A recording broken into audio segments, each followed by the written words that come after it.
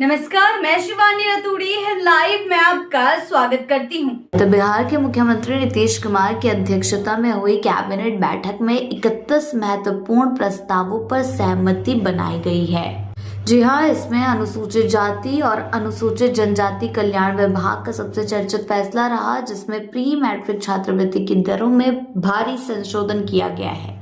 वित्तीय वर्ष 2025 से 26 से कक्षा 1 से 8 तक के लगभग 33 लाख छात्र छात्राओं को इसका सीधा लाभ मिलेगा, जिससे शिक्षा जो है वो बाधित नहीं होगी। वंचित वर्गों को मजबूत बल मिलेगा। इससे पहले 2011 में लागू पुराने दरों की महंगाई और बदलती जरूरतों को मद्देनजर दोगुना कर दिया गया है। अब कक्षा 1 से 5 तक के विद्यार्थियों को सालाना 1200 रुपये, कक्षा 6 से 8 तक 2400 रुपये और कक्षा 9 से 10 तक 3600 रुपये मिलेंगे।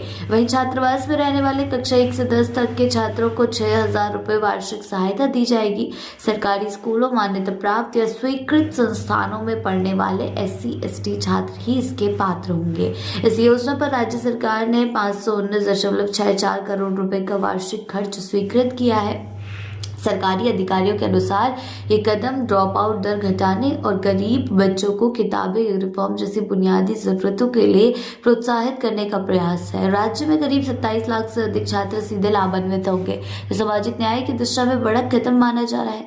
कैबिनेट ने इस संशोधन को तत्काल प्रभावी बनाने का निर्देश दिया है। इसी बैठक में पिछड़ा वर्ग और अत्यंत पिछड़ा वर्ग छात्रावास अनुदान योजना में भी दोगुनी वृद्धि की मंजूरी मिली। अब तक 1000 रुपये मासिक मिलने वाली राशि 2000 रुपये हो गई है। विभाग के अधीन संचालित छात्रावासों में रहने वाले करीब 8150 छात्र छात्राओं को फायदा होगा।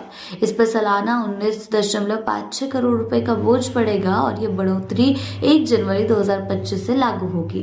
कैबिनेट के अन्य फैसलों में विकास योजना और प्रशासनिक सुधारों पर भी विचार विमर्श हुआ है। यानी कि कुल मिलाकर 31 प्रस्तावों की मंजूरी दी गई है, जिसमें सबसे जरूरी बताया जा रहा है कि SC/ST के लोगों के लिए शिक्षा प्री मैट्रिक छात्रवृत्ति की दरों में भारी संशोधन किया गया है और साथ ही साथ कई छात्रों को सालाना 3600 रुपये देने की बात की गई है। जो भी रिकॉर्ड होगा उस हिसाब से उसे ये पैसा मिलेगा। अब आगे चलकर क्या कुछ होता है और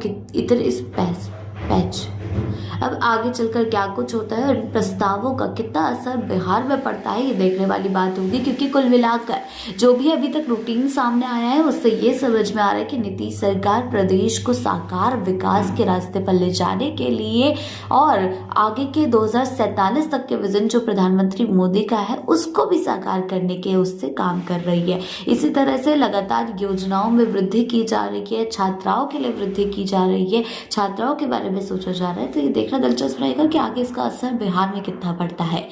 ऐसी ही अपडेट्स के लिए जुड़े रहे हैं लाइव के साथ ही चैनल को सब्सक्राइब करना ना भूलें और हमारी फेसबुक और वेबसाइट के साथ भी जरूर जुड़ें।